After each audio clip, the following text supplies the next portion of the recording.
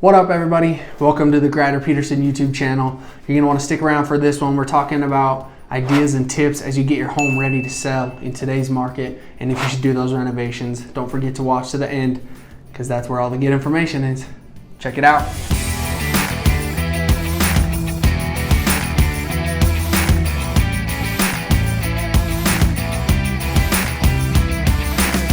So to jump right into it today, guys, we're gonna talk about selling your home.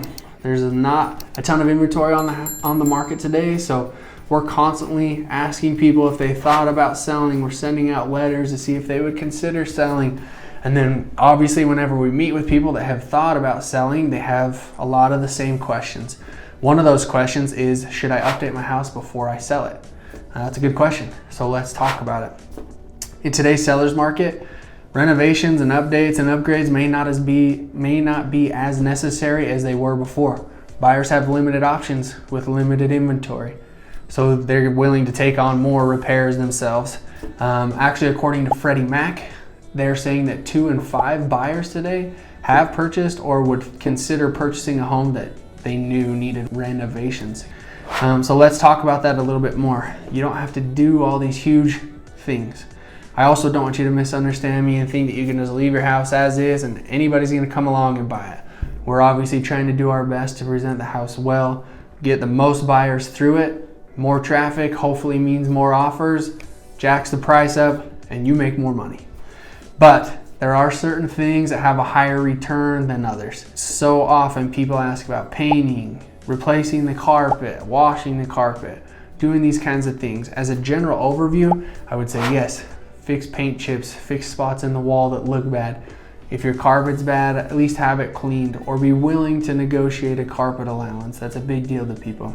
So we're actually gonna run through some numbers here real quick. So cost recovery on remodeling, there's all sorts of information about there about what's worth it and what's not. So the one that's going to get you the most back, so the cost recovery on hardwood flooring refinish is 147%.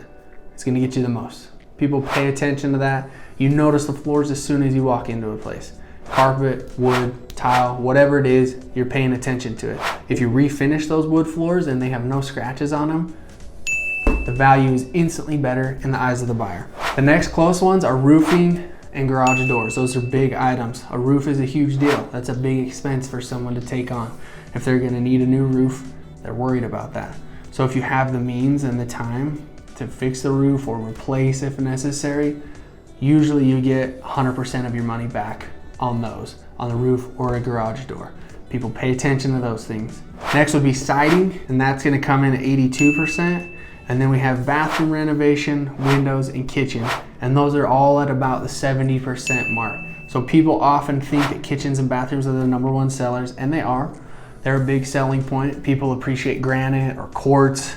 Listen, anytime I walk into a house, I see it has granite countertops everywhere. I'm hyped about it. You want granite in your master bath, you want it in your guest bath, you want it in your laundry room with your mudroom. People love that. However, that tends to get about 70% back of the money that you put into it. So it's still a good return. It's worth it. People love it, but it's not every time gonna get you all your money back. So really things that you should think about when you're considering what you should fix and what you shouldn't. Talk to your agent, ask us, let us know. Hey, do you think this is a good idea? If I should do this. You wanna weigh the pros and cons and the cost of it. Since COVID in today's world, supply chain things have been weird, so sometimes you have to wait to get supplies, you have to wait for handyman to come in and fix it. Weigh the pros and cons of it. Second, really talk to your agent about what buyers are looking for in your area. It could vary from place to place. You never know. Talk to them about it. They should know, they should be plugged into the market and know what people are looking for. Third, prioritize. If there's a list of things a mile long that you want to get done, take the top 2 or 3, put a good time and effort into those, put a good amount of time and effort into those, and it will dramatically help the value of your home. And then highlight those upgrades. If you've already made upgrades, highlight them. Make sure that people know about them. Have your agent put it in the listing or share a picture of it specifically. Even write an extra description so that people know that you have spent the time, money, and effort into making something better for them, because that's what you're doing. You're doing it for them. You're not gonna live in the house anymore, so you're upgrading it so that someone else can love it in the future.